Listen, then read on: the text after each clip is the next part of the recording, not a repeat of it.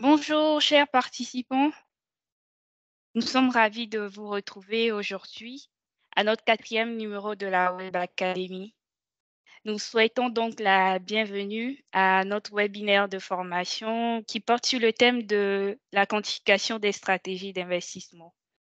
Je suis Kieso Bigoularé, chargée de la vulgarisation et du renforcement de capacités. Je serai la modératrice tout au long de cette session de formation. Nous avons l'honneur d'accueillir de nouveau Monsieur Papa Mahécor Diouf, responsable de la salle de marché à la BCAO. Alors, pour rappel, Monsieur Diouf nous avait entretenu il y a 2 mois en août sur la thématique de la gouvernance des processus d'investissement. Et comme profil, il est un professionnel de la finance, spécialiste des marchés obligataires et d'échange. Il possède plus de 10 années d'expérience dans la gestion d'actifs, la banque d'investissement, l'assurance et à la banque centrale.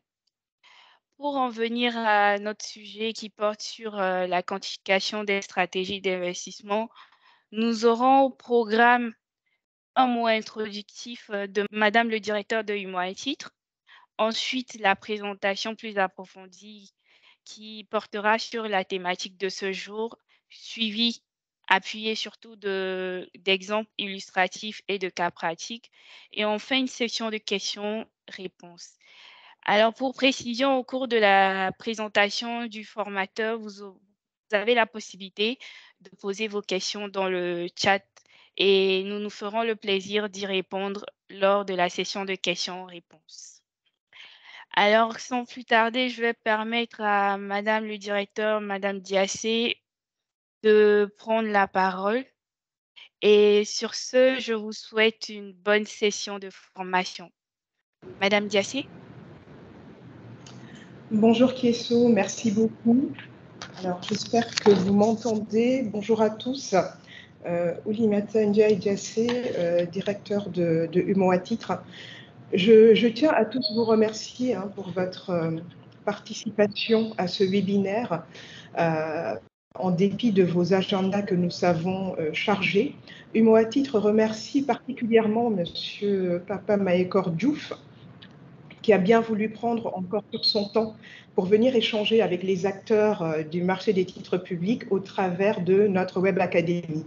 Cette Web Academy, pour mémoire, se veut une plateforme d'échange autour de certaines de vos préoccupations que nous pouvons déceler au travers de nos échanges ou encore autour de sujets qui sont importants à notre sens pour le développement du marché.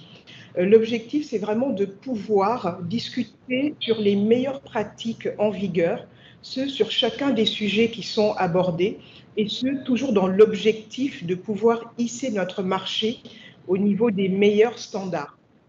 Le webinaire d'aujourd'hui porte donc, tel que l'a indiqué Madame Bigoularé, sur la quantification des stratégies d'investissement sur un portefeuille obligataire et vient à la suite de celui organisé au mois d'août sur le thème de la gouvernance des processus d'investissement.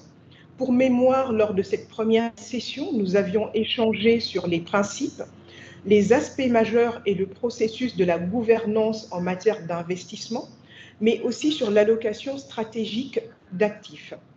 Aujourd'hui, M. Papa Mahécor Diouf vient camper les échanges sur les sujets relatifs autour du rendement et du risque obligataire, mais aussi sur la quantification des différentes stratégies de portefeuille.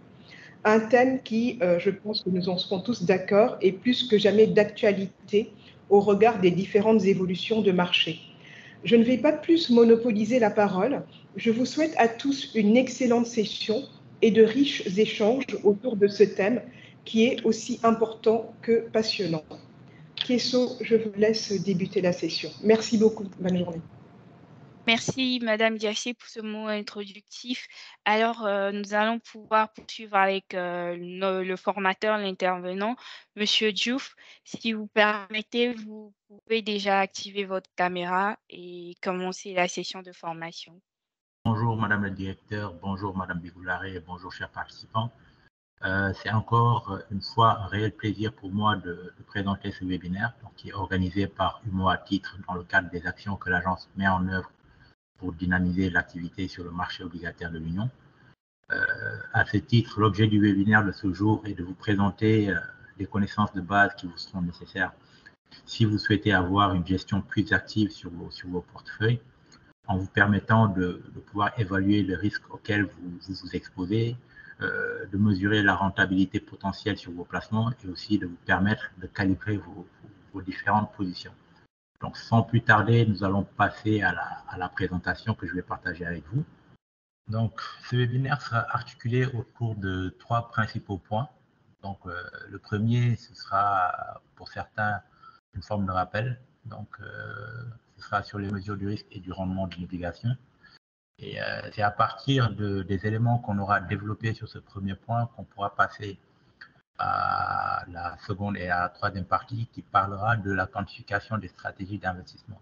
Donc, comme je l'ai dit tout à l'heure, ça permettra de pouvoir calibrer les positions que vous prendrez sur le marché dans le cadre de la gestion active de vos portefeuilles. Donc, pour le premier point, donc, comme je l'ai dit, peut-être que ce sera un rappel pour certains, mais je pense que c'est nécessaire de revenir dessus pour pouvoir aborder certaines particularités des titres obligataires. Donc, c'est le calcul du rendement. Tout simplement, c'est le gain ou une perte sur une période que l'on rapporte au prix initial. Donc, il y a différents paramètres qu'il faut considérer, notamment l'horizon d'investissement, c'est-à-dire la période sur laquelle on va mesurer la performance, le prix initial et le prix à l'horizon. Mais quand il s'agit d'un titre obligataire, il y a des éléments additionnels qu'il faut intégrer, notamment le coupon couru et les éventuels flux intermédiaires que l'on aurait reçus sur la période, ainsi que le taux de réinvestissement de ces flux intermédiaires. Donc, pour commencer avec un petit exemple, là, on peut essayer de calculer déjà le prix, le dirty price, donc c'est le prix incluant le coupon couru de l'obligation à différentes dates, au 31 août et au 30 septembre, si on nominal d'1 million, et au final, le rendement de cette obligation sur le mois de septembre.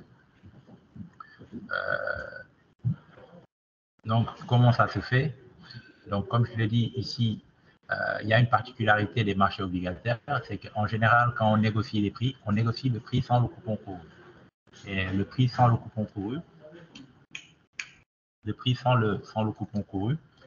ne reflète pas la valeur de marché de l'obligation.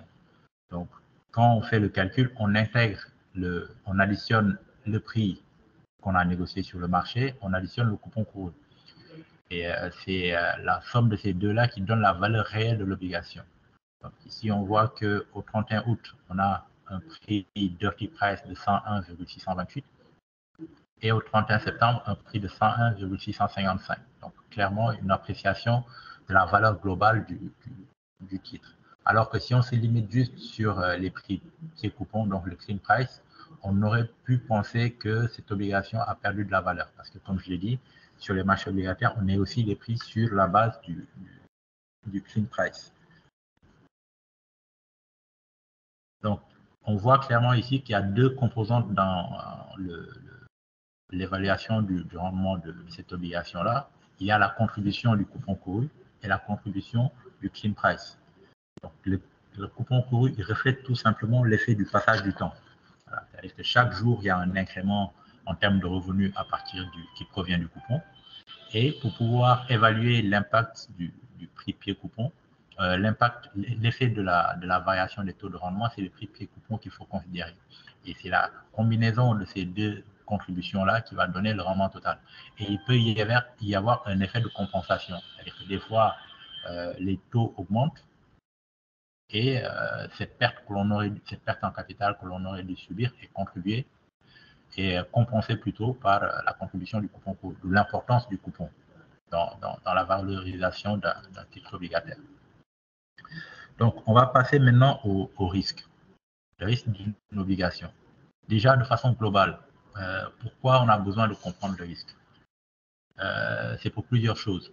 D'abord, on a besoin de comprendre le risque pour la définition de l'allocation stratégique. Parce que quand on définit l'allocation stratégique, on définit des allocations cibles sur certaines classes d'actifs. Par exemple, une allocation cible sur les obligations ou sur les marchés actions, mais en réalité, c'est une exposition sur des facteurs de risque. Et il faut bien comprendre ces facteurs de risque-là pour pouvoir déterminer l'allocation stratégique la plus adaptée possible. Mais également définir les limites de risque.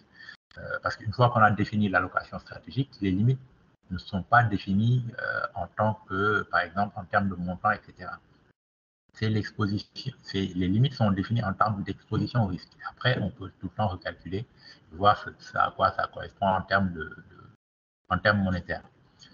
Il faut bien comprendre le risque également quand on fait une gestion par rapport à un portefeuille de référence, un indice de référence, un benchmark.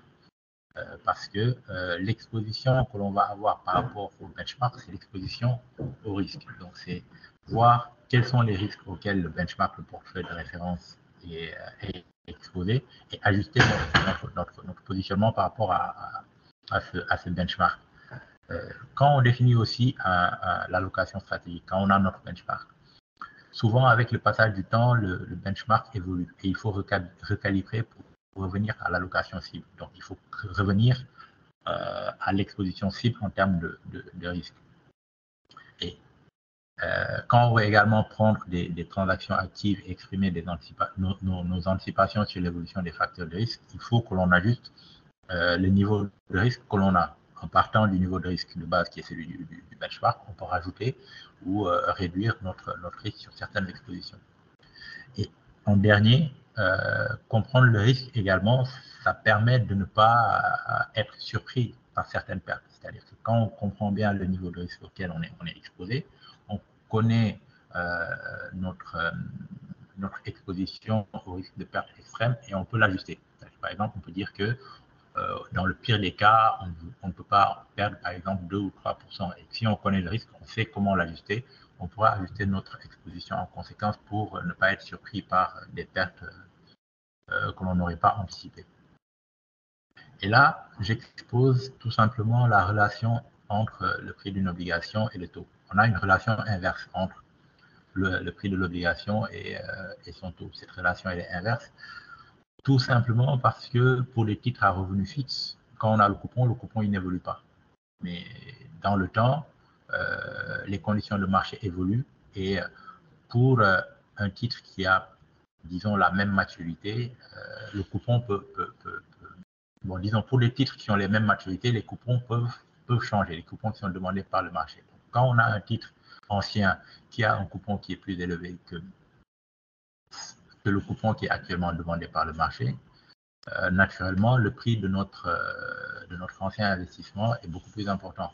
Et vice-versa, si on a un investissement qui date et pour lequel le coupon que je perçois est inférieur au coupon qui est actuellement payé sur le marché là, notre investissement a une moindre valeur. Donc, ce qui explique cette relation inverse entre le prix d'une obligation et les taux de rendement.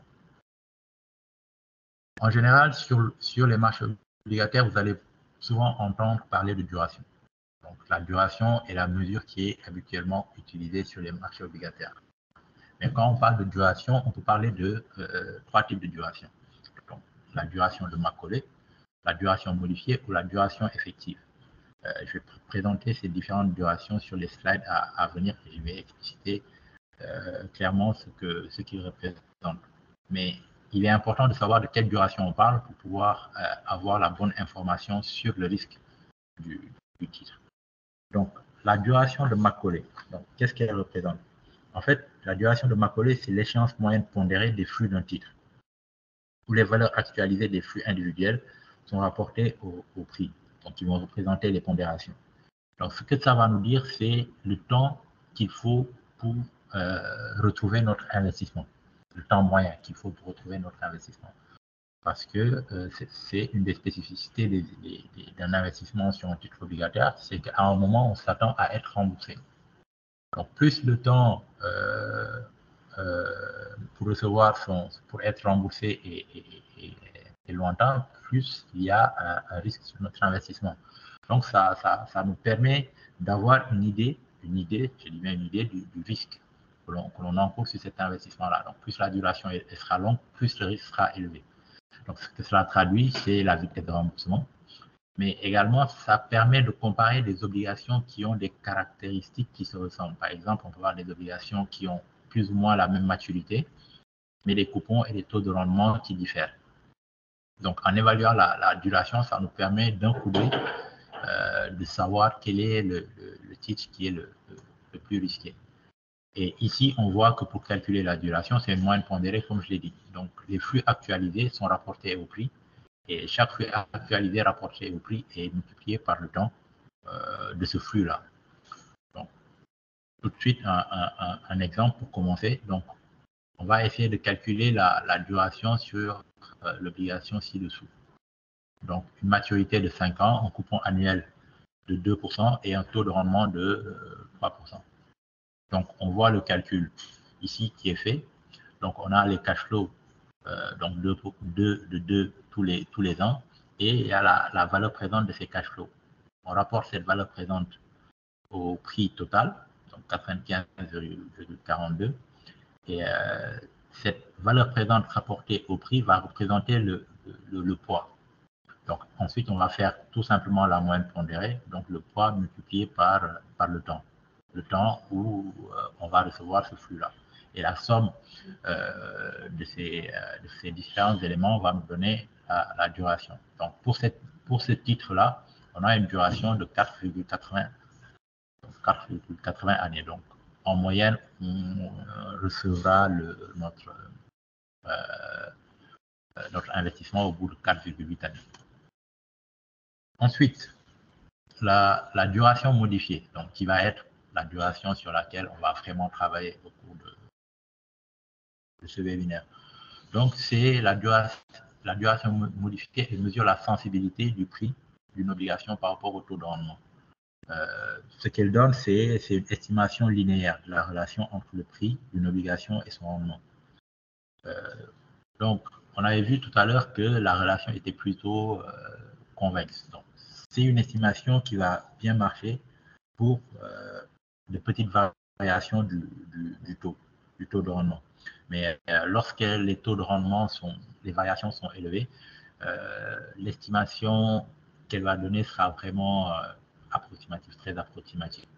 Donc, il faut avoir en tête que c'est une sensibilité qui sera adaptée pour de petites variations. Après, si on veut avoir une estimation plus précise, il faudra tout le temps recalculer la duration ou bien repasser par ajouter un élément d'ajustement que l'on appelle la convexité. Voilà. Bon, je ne l'ai pas mis ici. C'est juste pour vous donner, disons, les bases, les connaissances de base pour pouvoir faire une estimation de la variation du prix d'une obligation à partir de la variation des taux. Quand on regarde le développement qu'on a ici, on voit qu'à la fin, il y a la duration de Macaulay qui sort et que l'on sait calculer très facilement. Donc, ce qui va se passer, c'est qu'on peut avoir la sensibilité à partir de la duration de Macaulay en divisant par 1 plus le taux de rendement. Donc, on peut passer par la duration de Macaulay qui se calcule tout simplement et diviser par 1 plus Y pour avoir la duration modifiée. Et ensuite, estimer la variation du prix de l'obligation par rapport au taux de rendement à partir de la duration modifiée. Donc, un exemple, considérons toujours notre obligation de l'exemple précédent. On peut essayer de calculer la variation du prix que l'on aurait si on augmente si les taux augmentent de 10 points de base. Donc, pour rappel, le prix était de 95,42, la duration de Macaulay 4,80 et le taux de rendement 3%. Peut-être je vais vous laisser 30 secondes pour que vous essayiez de voir si vous réussissez à calculer l'évolution du prix à partir de ces éléments-là. Donc, voilà comment on va procéder. Donc, on avait la duration de Macaulay et on connaît la relation entre la duration modifiée et la duration de Macaulay. Donc, 4,8 divisé par 1 plus les 3%, 1,03, on a la sensibilité, 4,66. Donc, la sensibilité ici va nous dire de combien va varier le prix de l'obligation en fonction de la variation du taux. Les taux ont augmenté de 0,10%, donc 10 points de base, que l'on va multiplier par la duration modifiée. Donc, les prix ont baissé de 0,47%. Donc ici, il faut se rappeler de la relation inverse entre le prix de l'obligation et les taux. Donc les taux ont augmenté, donc le prix de l'obligation baisse. C'est pour ça ici on a une baisse de moins 0,47%. Donc au final, les prix passeraient de 95,42 à 94,97. J'espère que c'est relativement clair. Ensuite, il y a ce qu'on appelle la duration effective. La duration effective a le même objectif que la duration modifiée, c'est-à-dire toujours de calculer la sensibilité du prix d'une obligation. Sauf qu'il y a des obligations qui ont des caractéristiques particulières et pour laquelle le calcul de la sensibilité à partir d'une formule comme celle définie par la duration modifiée n'est pas adapté. C'est notamment le cas lorsque il y a une composante optionnelle dans l'obligation. Par exemple, si c'est une obligation collable, à partir d'un certain niveau, le prix de l'obligation ne va plus augmenter parce que l'émetteur a la possibilité de racheter l'obligation à un prix qui est prédéfini. Donc, même si, entre guillemets, l'obligation sans cette composante optionnelle, son prix continue d'augmenter, le prix de cette obligation collable ne va plus augmenter. Donc, comme il n'y a pas de formule prédéfinie, on va essayer de calculer la sensibilité à partir de la réévaluation du prix de l'obligation, soit à partir d'un modèle, ou bien si les prix sont disponibles. Donc ici, c'est ce que l'on fait. On calcule la sensibilité à partir du prix de l'obligation pour une variation plus ou moins de delta R des taux de rendement. Et on fait la différence entre le prix à la baisse et le prix à la hausse que l'on rapporte à 2 fois la variation des taux de rendement multiplié par le prix de base. Encore une illustration pour voir comment ça marche effectivement. Donc, considérons toujours notre obligation de 5 ans. Donc, coupon 2%, taux de rendement 3% et un prix de 95,42 et une duration modifiée de 4,66. Si pour un changement de plus ou moins 25 points de base, le prix de l'obligation ressort à 94,297 et 96,569, quelle serait la duration effective de cette obligation? Donc, je vous laisse un petit peu de temps, toujours 30 secondes pour voir si vous réussissez par vous-même à recalculer la duration effective. Donc, voilà comment on va recalculer la duration effective. Donc, la différence entre le prix à la hausse et le prix à la baisse, qu'on va rapporter au prix initial multiplié par 2 fois la variation de taux. Et là, on est à 4,76%. En général, quand c'est une obligation classique, la duration effective est vraiment proche de la duration modifiée. Et c'est ce qu'on peut constater ici. On a, pour la duration modifiée 4,66, la duration effective 4,76. Donc ici, cette différence que l'on a va juste s'expliquer par le fait qu'on a pris 25 points de base. Si on avait pris une variation plus faible, on va se rapprocher de ces 4,66. Maintenant, comment on peut interpréter la duration à partir de ce qu'on vient de voir? La première interprétation, c'est celle de la duration de Macaulay, 4,88, qui est le nombre moyen pondéré d'années pour recevoir la valeur actuelle des flux. Ensuite, la deuxième définition qu'on peut avoir de la duration, c'est de combien va évoluer le prix de notre obligation si les taux de rendement augmentent.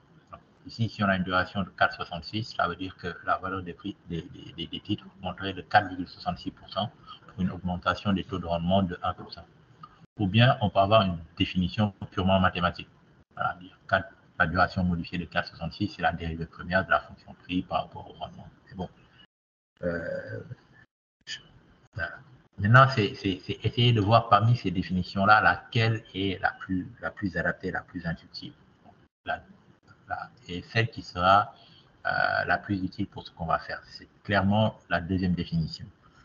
Où on interprète la duration en termes de sensibilité des prix par rapport aux variations de taux d'intérêt. Donc, ce qui va permettre au gestionnaire de pouvoir apprécier très rapidement quel est le risque qu'il encourt sur ces investissements-là. Donc là, par exemple, sur l'exemple qu'on a, peut perdre 4,66% de notre investissement si les taux augmentent d'1%. Voilà, ça c'est plus intuitif pour un gestionnaire que de dire bon, je vais recevoir mon investissement au bout de 4,8 années ou de parler de dérivés premières. Parce qu'ici, l'objectif, vraiment, c'est d'avoir une gestion active. On va prendre les positions. Ces positions, très certainement, on ne les gardera pas jusqu'à leur échéance. Donc, dire que je serai remboursé au bout de 4,8 années si je n'ai pas l'intention de garder cet investissement jusqu'à son échéance, ça ne va pas nous dire grand-chose, ça ne va pas nous aider dans ce que nous voulons faire. Ensuite, il y a une des caractéristiques qui est vraiment utile quand on parle de duration, c'est que la duration du portefeuille peut être facilement obtenue à partir de la duration des titres qui composent ce portefeuille. Ça va tout simplement être une moyenne pondérée. Voilà, on va faire la moyenne pondérée des durations des différents titres qui sont dans le portefeuille. Et à partir de la duration, on peut également évaluer la contribution de chaque investissement sur le risque total du portefeuille. Et ces contributions sont additives. Cette contribution va être calculée à partir du poids de l'investissement et du risque, disons, individuel de cet investissement-là. Donc, on voit que ces deux paramètres vont interagir, le poids et le risque intrinsèque de cet investissement pour pouvoir déterminer le risque global, la contribution de cet investissement sur le risque global. Et après si on n'est pas à l'aise avec la contribution globale, la contribution plutôt de cet investissement sur le risque global, on peut toujours la modifier. Donc, on va prendre un exemple encore pour calculer la duration et la contribution au risque des différents actifs du portefeuille ci-dessous. On a un bon du trésor de duration 0,25, une première obligation de duration 1,9 et une deuxième obligation de duration 4,2, avec des valeurs de marché respectives de 400, 250 et 150 000.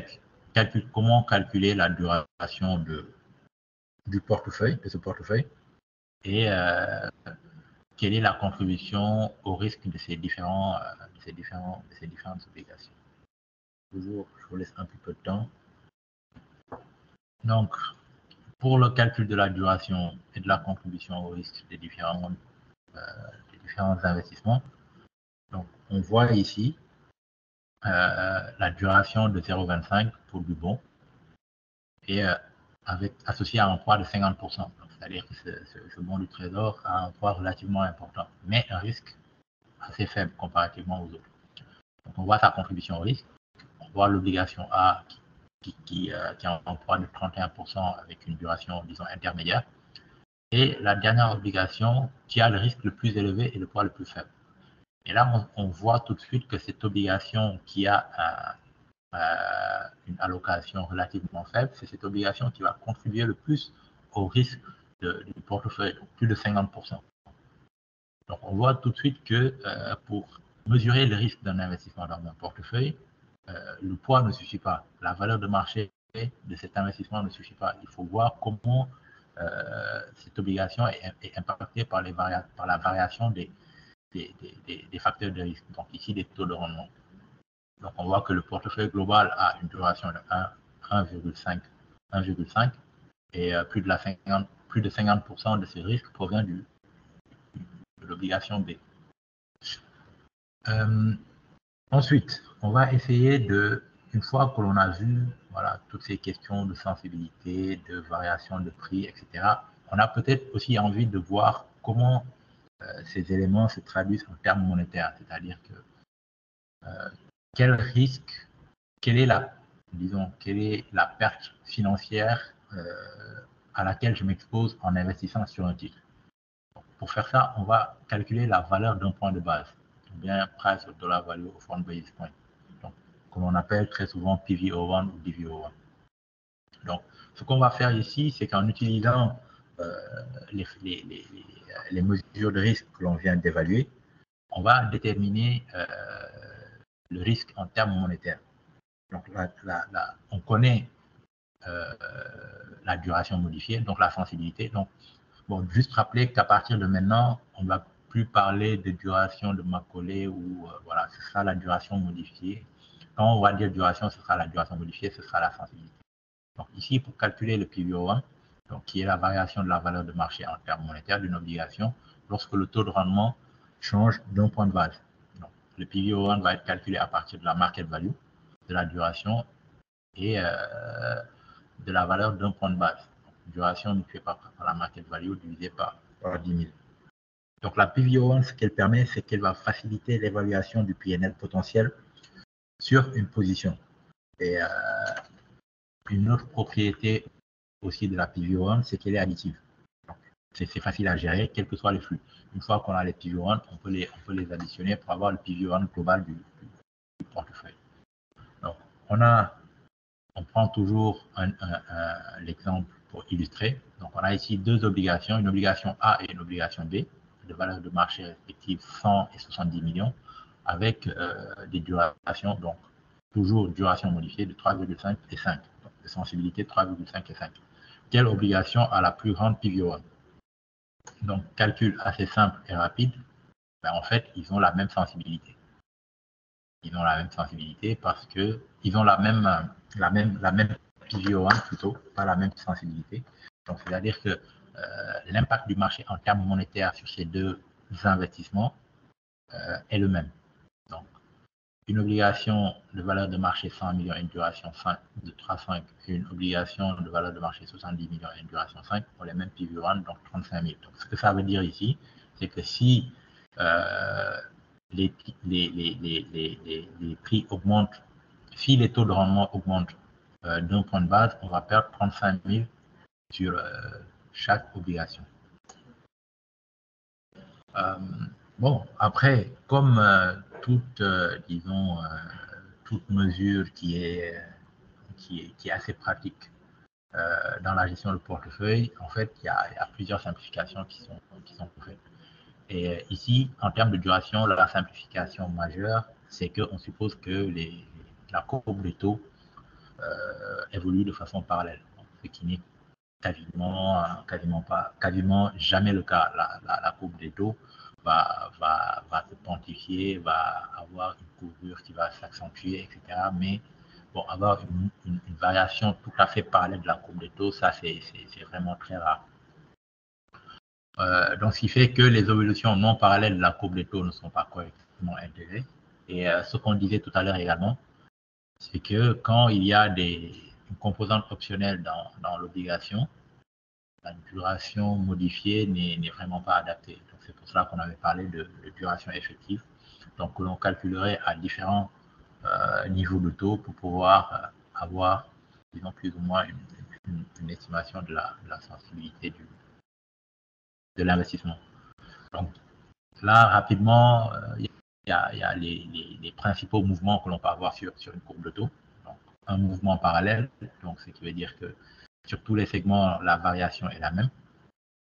Ou bien un mouvement sur un mouvement de courbe. Ici, j'ai présenté une pontification, mais on peut avoir également un aplatissement. Donc ici, on a une pontification où les taux longs augmentent et les taux courts baissent. On peut avoir le contraire, donc les taux courts augmentent ou les taux courts augmentent et les taux longs baissent. Donc là, on va avoir un aplatissement. Ou bien le troisième mouvement que l'on peut avoir, c'est une accentuation plutôt de la courbure de la courbe de taux. Et pour prendre en charge ces spécificités des différents mouvements que l'on peut avoir sur la courbe de taux, on peut utiliser ce qu'on appelle la key rate duration. C'est-à-dire que c'est le calcul de la duration sur des maturités clés. Donc, ce qui va permettre d'avoir une sensibilité plus fine, de calculer la sensibilité de façon plus précise de l'obligation par rapport au mouvement sur différents points de la courbe des taux.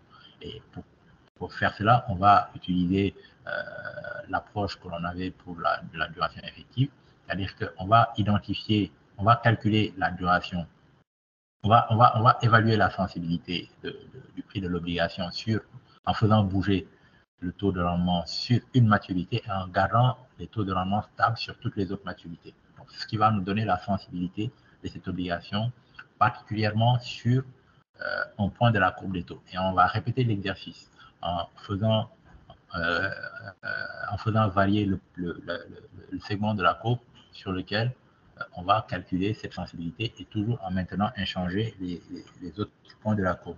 Donc, en faisant cela de façon répétitive, on va avoir les key rate duration sur chaque maturité clé. Donc, ce qu'on va avoir, c'est la sensibilité pour la variation des taux à 3 mois, 6 mois, 1 an, 2 ans, 3 ans et 4 ans.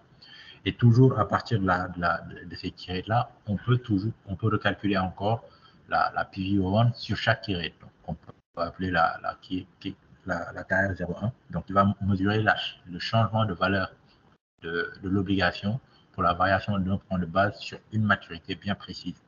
Et la somme de ces PVO1 va égaler la PVO1 que l'on a calculé de base sur cette obligation à partir de la duration. Et pourquoi? C'est parce que si on fait varier les taux sur chaque point de la courbe, si on fait varier les taux sur chaque point de la courbe, si on fait des variations de même ampleur, voilà, sur chaque point de la courbe, on voit que au final, c'est la même chose qu'une variation parallèle de la courbe des taux. Donc, en termes de sensibilité, on va avoir le même résultat. Donc, ce qui va faire qu'en en égalisant ces deux phénomènes, on peut faire ressortir la variation des taux de rendement et on se rend compte qu'au final, la somme des KRD, donc des Key Rate Duration, sur les maturités clés, va être égale à la duration que l'on a calculée sur l'obligation. Donc, la KRD, ce qu'elle nous permettra, c'est de pouvoir évaluer la sensibilité de façon plus précise en fonction de l'évolution de la courbe des taux sur notre investissement. Et on le voit ici. Il y a je partage ici avec vous un exemple sur lequel on a la même duration, en fait. On le voit en bas. La duration du portefeuille est la même que la duration du benchmark. Sauf que quand on regarde de façon plus détaillée, on voit que sur les différents piliers, les expositions ne sont pas les mêmes. Donc, on voit que sur le segment 2-3 ans, le benchmark a une exposition plus importante, alors que sur le segment 4-5 ans, c'est le portefeuille qui a une exposition plus importante. Donc, typiquement, ici, s'il y a un mouvement parallèle, il n'y a pas de problème, mais s'il y a une déformation de la pente de la courbe, par exemple, le portefeuille sous gestion ici, il surperformerait le benchmark si la courbe devait s'aplatir. Voilà, parce qu'on a une exposition qui est plus importante sur le 4 ans et le 5 ans. Donc, si la courbe s'aplatit, c'est qu'on a une baisse plus importante sur les segments 4-5 comparativement au segment 2-3 ans. Et vice-versa, si la courbe devait se quantifier, c'est le benchmark qui aurait une performance différentielle supérieure. Et avec ces KRD et en ayant une bonne compréhension du type de portefeuille, on peut adapter notre gestion. Parce qu'en termes de type de portefeuille, il y a plusieurs types de gestion. Si c'est une gestion indexée, c'est-à-dire qu'on doit répliquer le portefeuille, on va le faire en se basant sur les KRD. Pour que même s'il y a des mouvements qui ne sont pas parallèles de la courbe des taux, que l'impact sur les différents piliers soit le même, que ce soit sur le benchmark ou sur le portefeuille. Et pareil également, si on a une gestion active, c'est-à-dire qu'on a la marge pour dévier, on a des marges de déviation par rapport au benchmark. Quand on veut exprimer nos vues par rapport à la dynamique de marché, on va pas l'exprimer par rapport en termes de mouvement de la courbe des taux. Si on anticipe que sur certains piliers, le mouvement va être plus important, on pourra ajuster nos KRD, donc nos sensibilités clés sur ces différents secteurs-là pour pouvoir avoir l'exposition que l'on souhaite et pouvoir mettre en œuvre notre vision, donc notre anticipation de l'évolution des taux. Et c'est comme ça que l'on pourra déterminer les montants à engager et les expositions aux risques souhaités. Et c'est typiquement cela qu'on appelle la quantification des stratégies d'investissement. Il y aura plusieurs types de stratégies que l'on va voir tout de suite après. Donc les stratégies qui sont directionnelles, les stratégies de cours, donc 2 types de stratégies qui sont liées à l'évolution de la courbe des taux, et les stratégies de crédit, donc qu'on appelle aussi les stratégies de spread. Donc, ce sont ces stratégies-là, donc stratégie de duration, de crédit ou de courbe. Donc, les stratégies directionnelles, donc duration, donc là, on parie sur un mouvement général de la courbe des taux, donc que ce soit à la hausse ou à la baisse. Les stratégies de crédit, donc on joue sur le niveau du surcroît de rendement que l'on obtient en investissant sur un titre de qualité de crédit inférieur, ou bien les stratégies de courbe où on joue tout simplement la déformation de la courbe, donc à l'aplatissement ou à la quantification. Donc ici, on voit l'utilité du PVO1, donc qui nous permet tout de suite d'estimer rapidement la performance relative. Donc ici, on a les PVO1 du portefeuille et du benchmark. Donc globalement, on a un PVO1 de moins 1314, donc ce qui veut dire qu'on a une sensibilité moins importante pour le portefeuille comparativement au benchmark. Donc dans ce cas d'espèce, si les taux augmentent d'un point de base, le gain relatif du portefeuille par rapport au benchmark va être de 1314, donc le PVO1, donc un point de base. Après, on peut essayer aussi d'expliquer la performance relative. Là, en partant des PVO1 et des variations de taux qui sont constatées sur les piliers, sur des maturités identifiées. Donc ici, on n'a plus un mouvement parallèle, mais on a un mouvement différencié en fonction du pilier de la courbe des taux. Donc ici, ce qu'il faudra faire, c'est prendre la PVO1, donc PVO1 net, que l'on va multiplier par le shift que l'on a sur la courbe de taux. Donc le PVO1 que l'on aura sur chaque pilier, on va le multiplier par le shift. Et la somme, comme je l'avais dit tout à l'heure, les PVO1 sont additives. Donc on peut tout de suite faire le calcul, multiplier les PVO1 par le shift et avoir l'impact sur chaque maturité clé et additionner ces impacts individuels pour avoir l'impact global sur le portefeuille. Donc ici, typiquement, on va avoir pour ces chiffres différenciés l'impact de 2016. Donc maintenant, on va passer à la quantification des stratégies.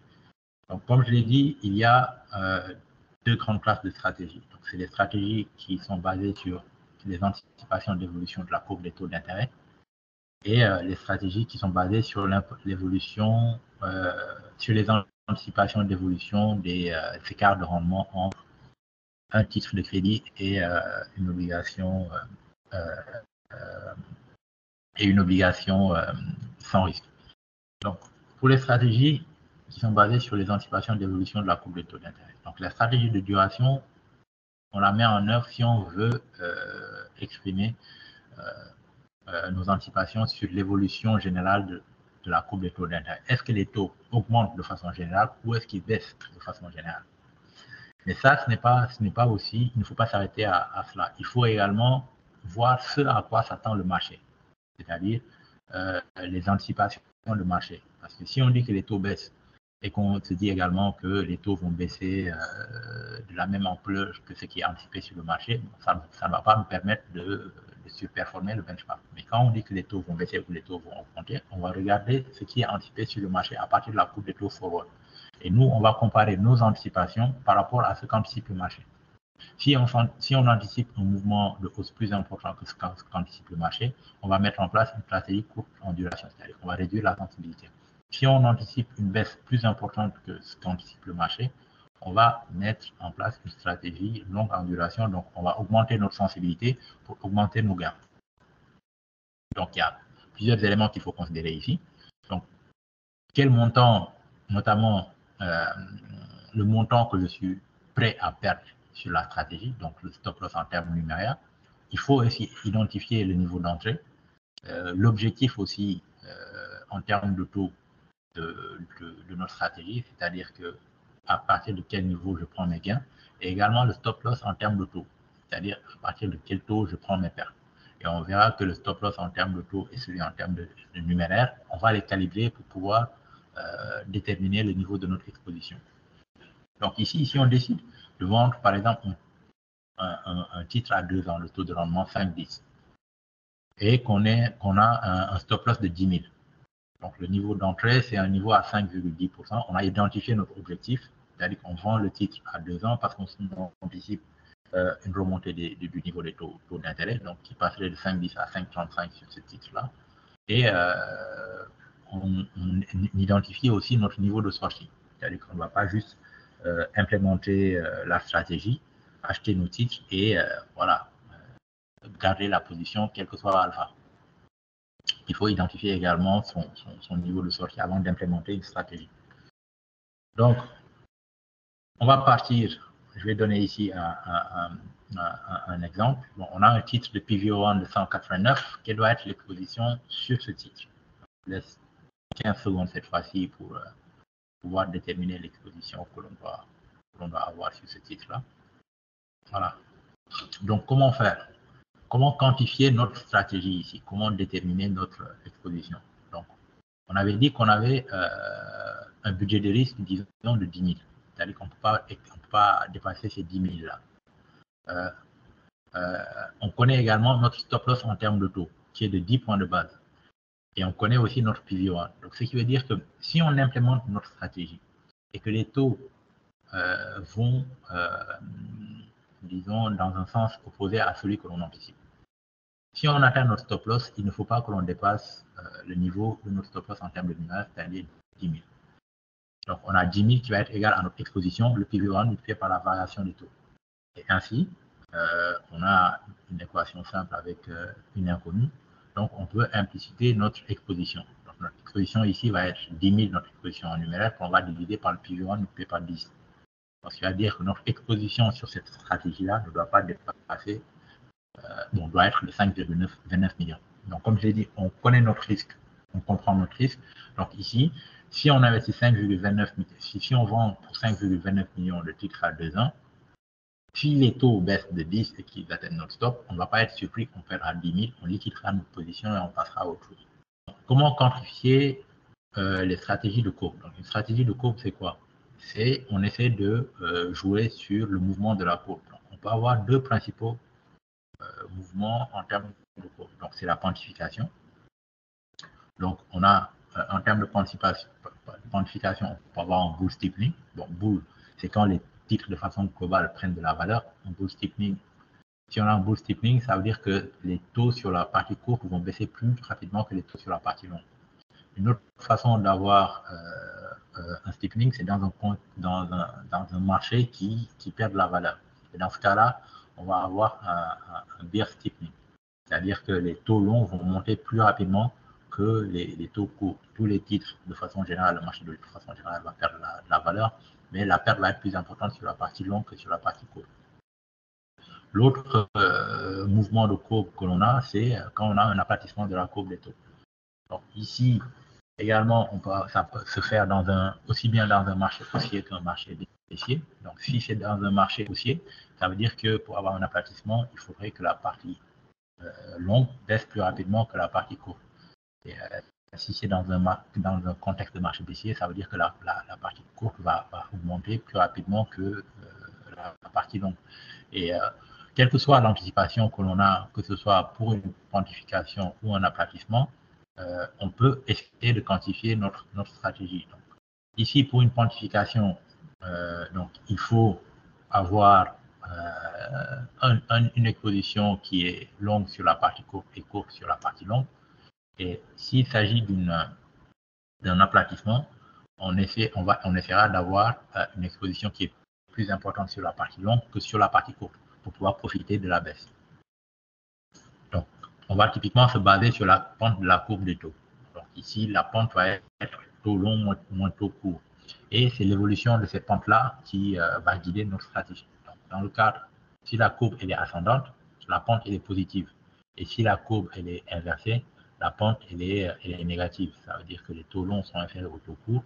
Et le point de départ va nous donner un taux qui est négatif. Par exemple, ici, on peut essayer d'initier une position à l'aplatissement entre les segments 2 et 10 ans. Donc ici, ce qu'on va faire, c'est qu'on va vendre le titre à 2 ans et acheter le titre à 10 ans. Donc là, j'ai donné l'exemple sur la base d'une courbe inversée. Donc, on a un différentiel de taux qui est d'à peu près moins 40 3 points de base, on joue l'aplatissement. Donc, ce qui veut dire que la pente doit baisser davantage. Donc, on était à moins 43, l'objectif, ça va être moins 80. Et on a un niveau stop de moins 28. Donc, ce qui veut dire un écartement du taux de rendement de 15 points de base.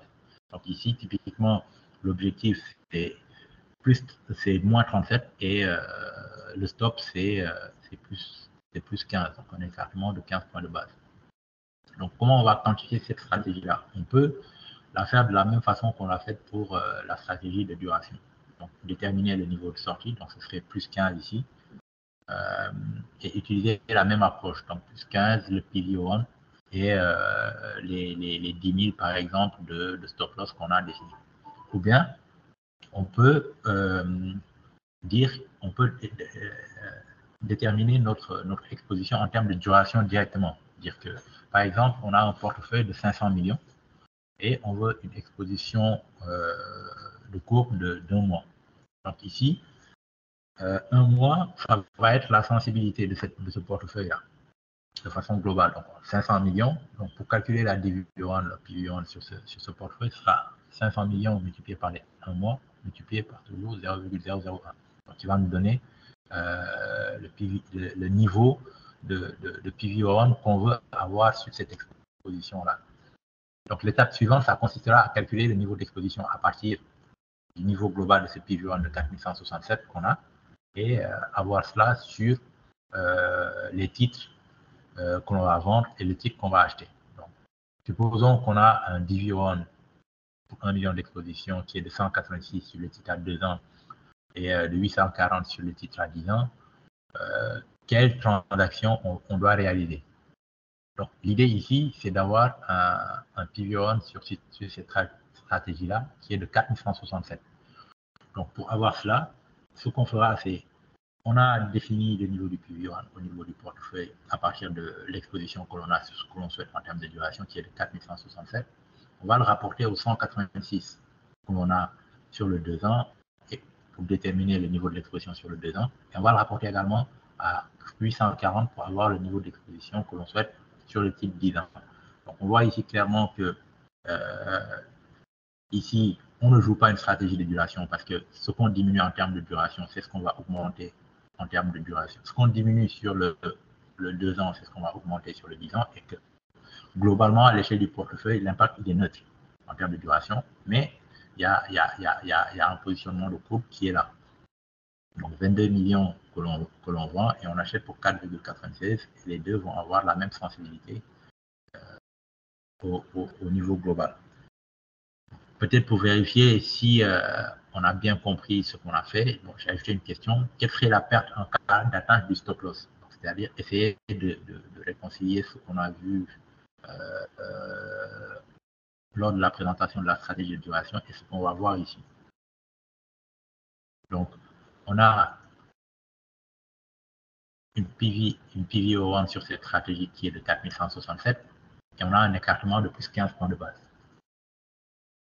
Donc là, c'est simple, ça va être 4167 multiplié par 15, on aura 62 505. C'est-à-dire que si on atteint notre stop loss ici, on perdrait 62 505. Donc si, en faisant ce calcul-là, on voit qu'on n'a pas le budget pour cela, il faudra revoir notre exposition et savoir qu'on ne peut pas avoir cette exposition-là d'un mois de duration pour cette stratégie-là. Et le dernier type de stratégie dont je veux discuter avec vous, c'est les stratégies de spread. Donc ici, l'idée c'est de dire que voilà, si on a notre courbe de taux sans risque, il y a d'autres investissements également sur lesquels on peut aller. On peut aujourd'hui décider de dire que bon, je vais substituer mon titre d'État par un titre émis par une entreprise. Voilà, donc ce titre qui est émis par une entreprise, bon, en général, va nous payer un spread, va nous payer un taux de rendement supérieur à celui que nous paye notre titre d'État. Donc, c'est essayer de voir si ça vaut vraiment la peine d'investir sur ce titre d'État-là dans le cadre d'une gestion active, bien sûr. Donc, ici, on voit un exemple où on a la courbe des titres d'État, qui est considérée sans risque, et puis on a les spreads.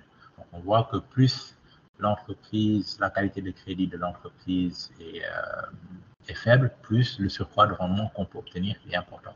Donc là, c'est un exemple sur les titres Investment Grade, AA, et sur les titres High Yield, donc triple C. C'est le même principe aussi qui sera utilisé, calculer toujours les sensibilités et essayer de voir à partir de cette sensibilité-là, si j'ai une exposition, quel sera, disons, le niveau de perte auquel je peux être exposé et quel est le gain éventuel que je peux obtenir. Donc, on va calculer la sensibilité. Donc là, on peut essayer de calculer la sensibilité, la spread duration, comme on l'a fait pour la duration modifiée, ou on peut essayer de le faire aussi comme on l'a fait pour le calcul de la duration effective. Mais ici, la variable va être le spread et pas le taux dans sa globalité. Bon, après, je pense que vous pourrez constater que si c'est une obligation à coupon fixe, normalement, on va avoir le même résultat. C'est-à-dire qu'en termes de la duration du spread va être la même chose que la duration modifiée qui se base sur la variation du taux de rendement des titres sans risque.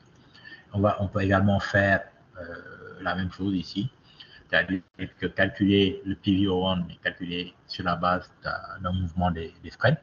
Donc ici, typiquement, on a un benchmark qui est composé exclusivement de titres d'État. C'est pour cela qu'il n'y a pas de CRO1 sur le benchmark.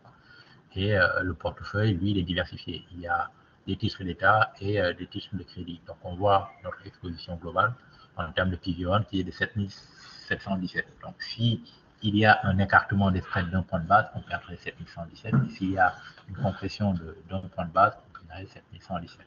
Et pareillement que sur le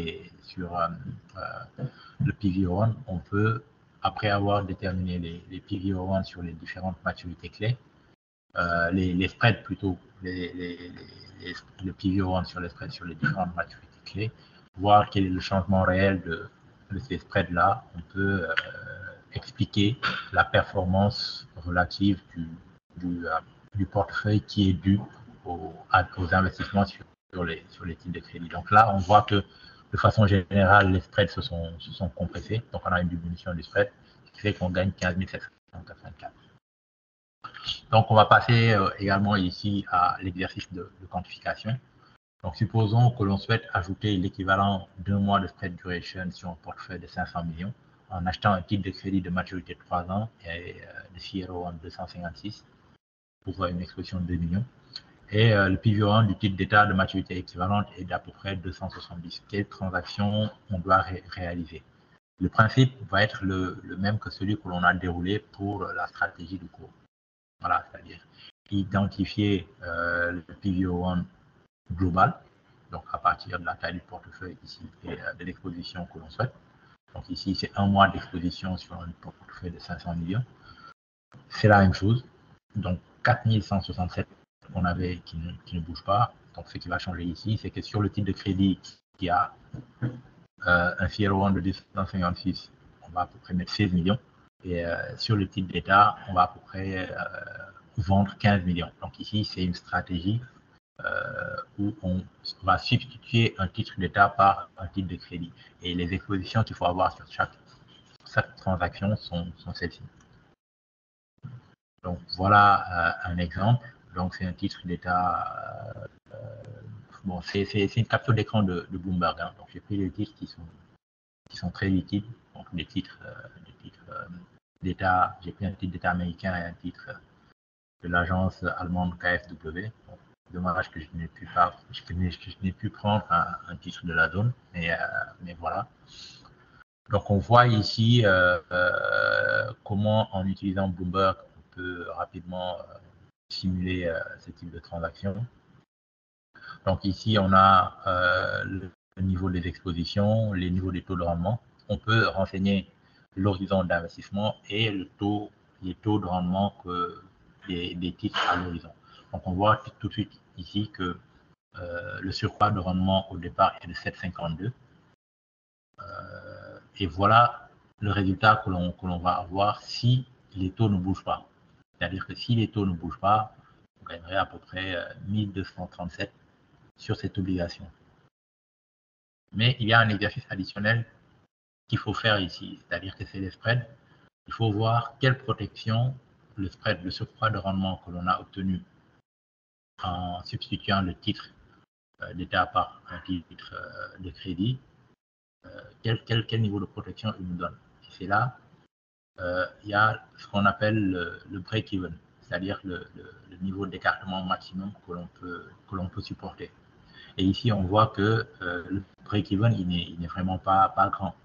Le break-even, il est de 7,84, donc c'est à peine 30 points de base. Donc, ce qui veut dire que les spreads sont très serrés ici. Et pour un tout petit écartement, le gain que l'on obtient à partir de ce surcroît de rendement-là, il disparaît. Donc, c'est pas suffisant. Clairement, c'est pas suffisant. En tout cas, le risque, il est énorme. On pourrait éventuellement implémenter ces stratégies-là si on se dit que bon, ce sont des portefeuilles qui sont gardés jusqu'à l'échéance et que bon, voilà, cet écartement-là ne va pas nous porter préjudice. Sur cet exemple-là, il est très faible. Et des considérations additionnelles également, c'est d'essayer de voir comment le spread a évolué dans le passé. Donc là, on voit que, bon, plus ou moins, on est autour du niveau moyen du spread de crédit entre ces deux titres-là. Donc, ce qui veut dire qu'il y a plus ou moins autant de chances que les taux s'écartent, qu'ils se compressent. Donc, disons que le niveau d'entrée pour cette stratégie-là n'est vraiment pas optimal à partir de ce niveau de 7,50. On pourrait éventuellement attendre qu'il y ait un écartement supplémentaire. Là, on voit que les taux se sont déjà écartés pour aller jusqu'à plus 20. Donc, peut-être on peut dire que si les taux s'écartent davantage, peut-être plus 15 ou plus 17, on peut initier cette stratégie-là en ayant à l'esprit comme que le stop-loss serait au-dessus de 20 parce que bon, il y a de bonnes chances qu'il n'aille pas au-dessus parce que historiquement, il n'est jamais passé au-dessus. Et voilà cet élément-là, ces éléments que je résume dans ce slide-là. Donc, l'horizon d'investissement qui est le sol en haut, donc qui est de 3 mois, le spread au départ qui est de 7,52 et le break-even qui est à 7,84, donc un écartement à peine de 0,30 points de base, ce qui est très très faible. Donc, c'est quasiment jouer à la loterie sur l'implémentation de cette stratégie-là. Donc, il faudrait, en tout cas, si on veut être prudent, c'est attendre que les spreads soient plus conséquents. Si les spreads montent à, voilà, comme je l'ai dit, comparativement à l'évolution historique, où c'est allé jusqu'à 22, si on retourne vers ces niveaux-là, on peut être relativement confiant que le risque d'écartement est très faible. Donc, voilà un petit peu ce que je voulais partager avec vous. Bon, j'ai dépassé le temps de présentation. Bon, en raison d'une part des contraintes techniques et peut-être aussi que la présentation a duré un petit peu plus que d'habitude. Je m'en excuse et je reste à votre disposition pour répondre à vos questions. Merci beaucoup. Merci. Merci, Monsieur Diouf. C'est une présentation très explicite, accompagnée de différents cas pratiques. Étant donné que nous avons dépassé le temps, nous allons passer immédiatement à la session de questions-réponses. Et il y a quelques questions que nous avons reçues dans le chat que je vais vous partager. Ensuite, si d'autres questions viennent, je vous les partage également. La première question est celle de Monsieur Correa qui demande quels sont les avantages et les limites de chacune de ces mesures de durée dans le contexte de la gestion des risques et du rendement sur le marché obligataire. Je relis, Monsieur Diouf. Ok. Oui. Je pense que je vais les prendre une à une, comme ça. Ok, d'accord.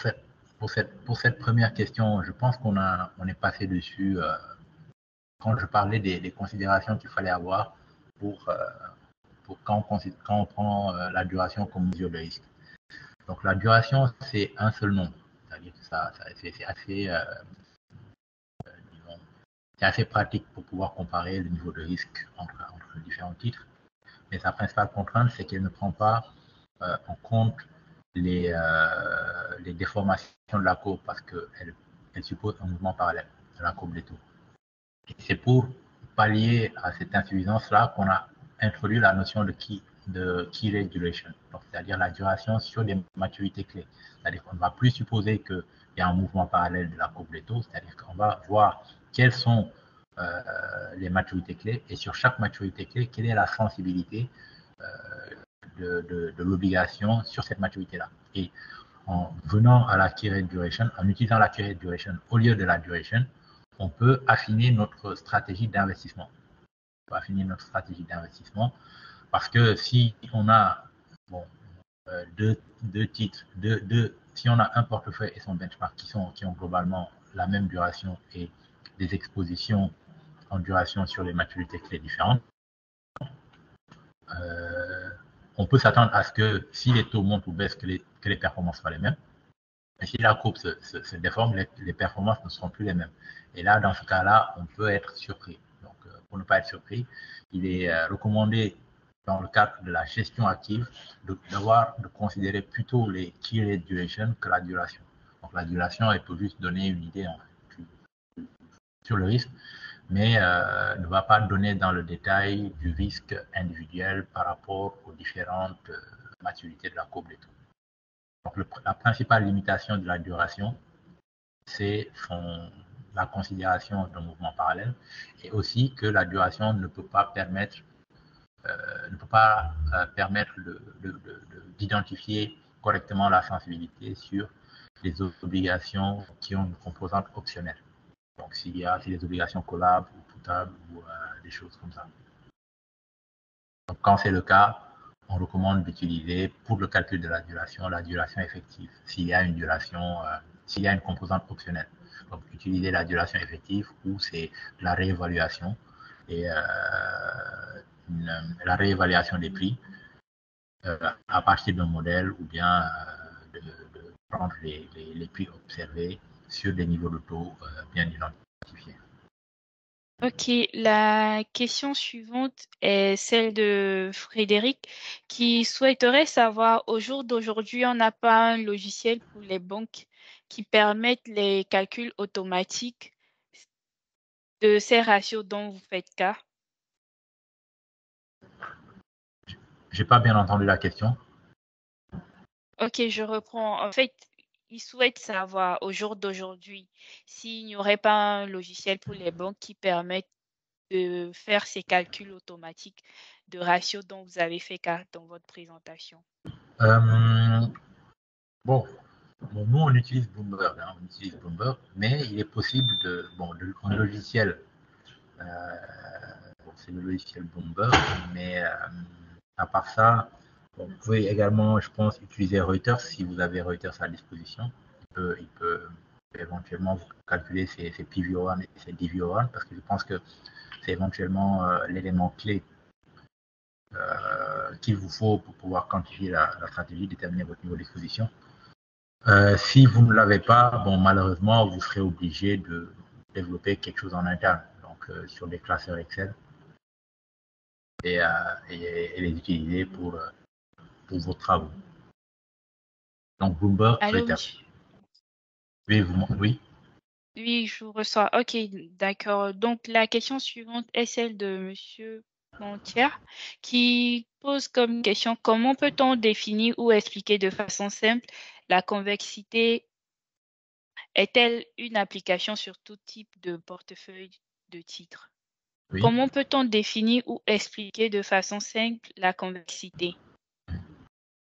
Est-elle une application la convexité. Oui. Ok, d'accord. Bon, en fait, la convexité, c'est en fait, disons, ça va représenter, une fois que l'on a fait l'estimation linéaire de la variation de taux. Tout à l'heure, quand je vous ai montré le graphique qui représente le prix par rapport au taux de rendement, on a tracé la tangente. Typiquement, la duration, c'est cette tangente-là. Mais vous voyez que plus on va s'écarter, plus la variation de taux va être importante, plus l'écart entre cette tangente-là et la courbe des taux va augmenter.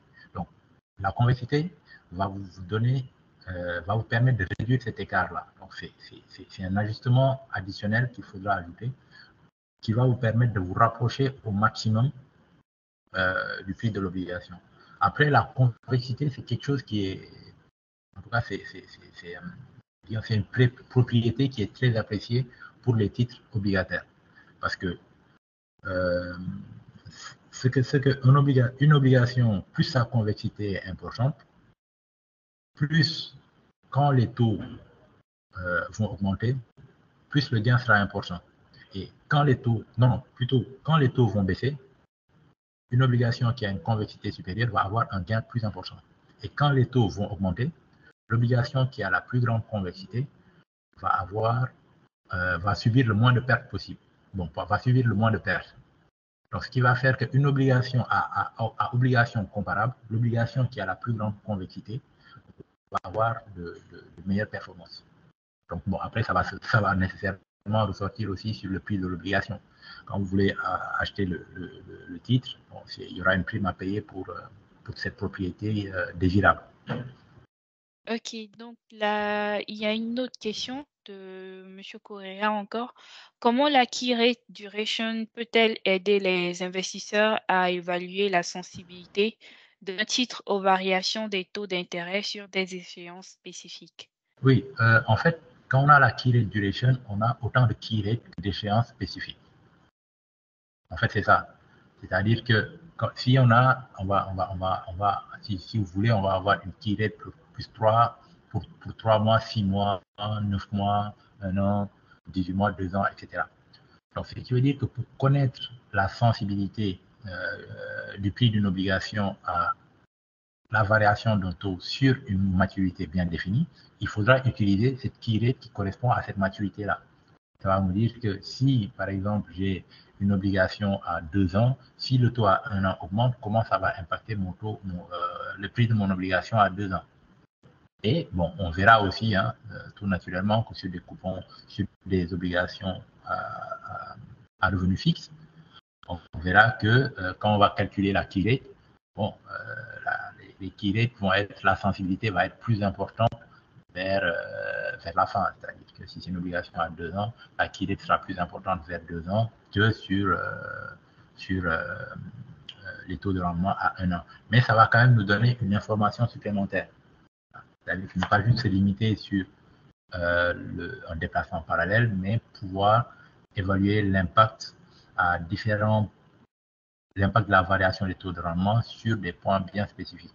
Donc, pour pouvoir calculer l'impact de la variation des taux sur un segment bien spécifique pour une obligation, il faut calculer la KRD sur ce segment-là, qui correspond à ce segment-là, pour cette obligation-là, et pouvoir calculer l'impact, la sensibilité sur ce segment-là. Et pour rappel, comment on va calculer la KRD sur ce segment-là? C'est qu'on va maintenir inchangé tous les autres taux et choquer seulement le segment sur lequel on veut calculer la KRD. Donc, si on va calculer la KRD sur le segment 1 an, tous les autres taux, 3, 6, 9, 2, 18, 3, 2 ans et demi, on va les maintenir inchangés. On va juste choquer le taux de rendement à 1 an. Et on va faire le calcul. On peut faire le calcul en utilisant la méthode que l'on a présentée pour le calcul de la duration effective. Ok. Sa question suivante est de savoir comment la performance relative peut-elle être utilisée pour identifier des opportunités d'investissement ou des domaines de sous-performance dans un portefeuille. Déjà, c'est l'exposition relative qu'on va utiliser pour déterminer nos stratégies. C'est ça, c'est-à-dire que l'exposition relative en termes de PVO. Quand on a des anticipations, comme je l'ai dit, de déformation ou de hausse généralisée des taux de rendement, on peut augmenter notre PVO. OK? Si c'est, bon, pas augmenter, on peut réduire notre PVO. Si on anticipe un mouvement de hausse généralisé. Ou bien, si on anticipe un aplatissement, on peut augmenter notre PVO1 sur les titres de maturité plus longue comparativement aux titres de maturité plus courts. Donc ça, c'est utiliser les PVO1 en amont pour pouvoir implémenter une stratégie que l'on a définie. Après que l'on ait implémenté cette stratégie-là, on va juste constater en fait comment les taux se sont comportés. En utilisant les PVO1 sur chaque segment, on peut voir lequel de nos paris n'a pas été performant, laquelle de nos anticipations ne s'est pas matérialisée. C'est-à-dire que si on a une stratégie à l'aplatissement et qu'on charge les taux de rendement à long terme comparativement aux taux de rendement à court terme et que la courbe se quantifie, quand on va calculer, quand on aura les PVO1, comment dirais-je, le différentiel de PVO1 et qu'on va appliquer dessus les variations qu'on aura constatées sur les taux de rendement, on va tout de suite voir sur quelle ligne on a perdu, sur quel segment on a perdu et sur quel segment on va gagner. On a gagné. Et typiquement, si c'est une stratégie à l'aplatissement qu'on a mis en place et que la courbe se quantifie, on va voir clairement que sur les segments sur lesquels on a implémenté, on a perdu. En fait, c'est ça, c'est-à-dire que la PVO1 te permet en amont d'implémenter et ensuite d'expliquer. C'est comme ça que qu'on peut utiliser ces éléments-là. Donc PVO1 qu'on peut calculer aussi à partir des KAD. La question suivante porte sur quelles sont les méthodes d'analyse et de modélisation couramment utilisées pour quantifier les stratégies de crédit et évaluer les risques associés. Bon, comme je l'ai dit, hein, pour les stratégies de crédit, on fait des paris sur le niveau du surcroît de rendement que l'on obtient en substituant un titre d'État par un titre qui a une qualité de crédit inférieure. Le principe va être le même. On va calculer la sensibilité au mouvement sur les spreads. Et à partir de la sensibilité sur les mouvements de spread, on pourra calculer ce qu'on appelle la CRO, c'est-à-dire la valeur de marché de l'écartement d'un spread d'un point de base. Ça va être le même principe que sur le niveau de marché, la duration, etc. Mais là, on va se focaliser sur les spreads, c'est-à-dire l'écart de rendement. On va prendre l'écart de rendement au moment où on implémente la stratégie et on va comparer cet écart de rendement au moment où on liquide la position. On va voir comment celle-ci a évolué. Donc, pour quantifier, c'est-à-dire pour déterminer le niveau de l'exposition, on va partir de la CR1, donc que l'on a obtenu à partir de la spread duration, de la duration du spread, donc la sensibilité au spread. On va calculer la valeur de l'écartement d'un point de base des spreads. Et en fonction de notre budget de risque, par exemple, si on a 10 000, on va calculer notre stop loss en termes techniques, c'est-à-dire le niveau de taux, non, le niveau de spread, le niveau de spread maximum qui, si on l'atteint, on liquide notre position. Et à partir de ce niveau de spread maximum et de la CR1, donc c'est-à-dire la valeur d'un point de base pour l'écartement d'un point de surcroît de rendement, on va recalculer notre exposition. C'est ça qu'on va implémenter. Après, pour déterminer les niveaux d'entrée et les niveaux de spread, on peut faire, et les niveaux de sortie, on peut faire une analyse statistique, par exemple, pour voir comment le spread s'est comporté dans le passé récent ou en passé un peu plus lointain. On va voir, par exemple, on l'a vu dans notre exemple où on avait un spread au moment où on voulait implémenter la stratégie de 7,5 points de base. On a vu que déjà la protection qu'offrait cette stratégie était limitée parce que le break-even était à 7,84, donc même pas un point de base de protection. Et on a vu que ces spreads sont déjà partis à 20, donc un écartement de plus 13, passé de plus 7 à plus 20, donc c'est un écartement de plus 13. Donc le risque ici, il est vraiment grand. Si on était dans une configuration inverse, où on avait, par exemple, au moment où on va implémenter la stratégie, un spread disons de 20, et un break-even à peu près de 5 points de base, et on a vu que par le passé, le spread maximum qu'on a eu à constater, c'est de 22, on peut être relativement confiant dans l'implémentation de cette stratégie-là. Déjà, la protection est assez importante, Et au niveau historique, bon, disons que c'est quelque chose qui a tenu. Ok, la question suivante est celle de Monsieur Kamaté. Peut-on utiliser les fonctions Excel durée et durée modifiée pour le calcul des durations d'un portefeuille? Oui, on peut le faire, c'est vrai. On peut, en y rajoutant, bon, en renseignant tous les paramètres de la fonction, on peut utiliser les fonctions durée et les fonctions durée et durée modifiée pour avoir la duration modifiée du titre. Mais vous ne pourrez pas avoir les KRI en fait. En fait, c'est ça, c'est-à-dire que vous pourrez avoir une idée du risque global du portefeuille, mais la sensibilité sur des piliers spécifiques bien identifiés, ça, vous ne les aurez pas. Vous n'aurez pas plutôt. Vous n'aurez pas la sensibilité individuelle sur les piliers bien définis. Après, l'autre limitation de durée et durée modifiée, c'est que quand les taux d'intérêt sont négatifs, durée et durée modifiée ne marchent plus.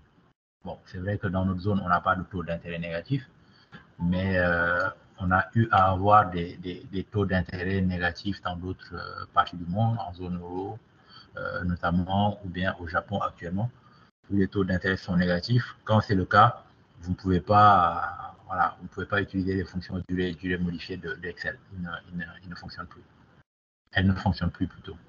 La question suivante est celle de Monsieur Bigot. Il a deux questions. Est-ce possible de tenir compte du taux d'inflation dans les différentes formules de calcul, vu le fait que l'inflation aussi a un impact sur la rentabilité du portefeuille? Sa deuxième question est de savoir s'il est possible de mettre en pratique ces différentes techniques exposées au regard de la profondeur assez faible de nos marchés. Bon, pour l'inflation, je pense que la manière de considérer l'impact de l'inflation sur ces stratégies, c'est de considérer l'impact de l'inflation sur l'évolution de la courbe de façon générale. Il n'y a pas de, comment dirais-je pas, d'ajouter inflation dans la formule ou quelque chose comme ça. On va rester sur nos durations modifiées, nos sensibilités, etc. Après, si on a des anticipations en termes d'inflation, comparativement, disons, à ce qui est actuellement pricé, on peut toujours dire que si l'inflation, en tout cas, si l'inflation augmente, les taux risquent d'augmenter aussi. Si les taux risquent d'augmenter, on peut tout de suite savoir comment se positionner en termes de duration. Si on pense que l'inflation va décélérer rapidement, on peut aussi s'attendre à ce que les taux refluent. Si les taux baissent également, on peut initier une stratégie longue en duration. Donc, je pense que la façon de prendre en considération l'inflation sur ces stratégies-là, c'est de voir comment cette inflation-là va impacter les taux d'intérêt nominaux de façon générale et initier une stratégie en fonction de... vous pouvez me rappeler la deuxième question, s'il vous plaît? Oui. La deuxième question est, est-ce possible de mettre en pratique ces différentes techniques exposées au regard de la profondeur assez faible de nos marchés? Bon, c'est vrai que s'il n'y a pas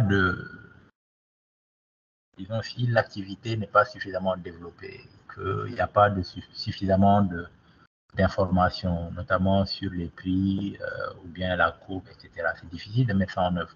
Mais je pense que l'idée ici, c'est de vous, disons, c'est de vous amener à avoir une gestion plus active de vos investissements. Parce que c'est en ayant une gestion plus active de vos investissements que vous allez développer le marché.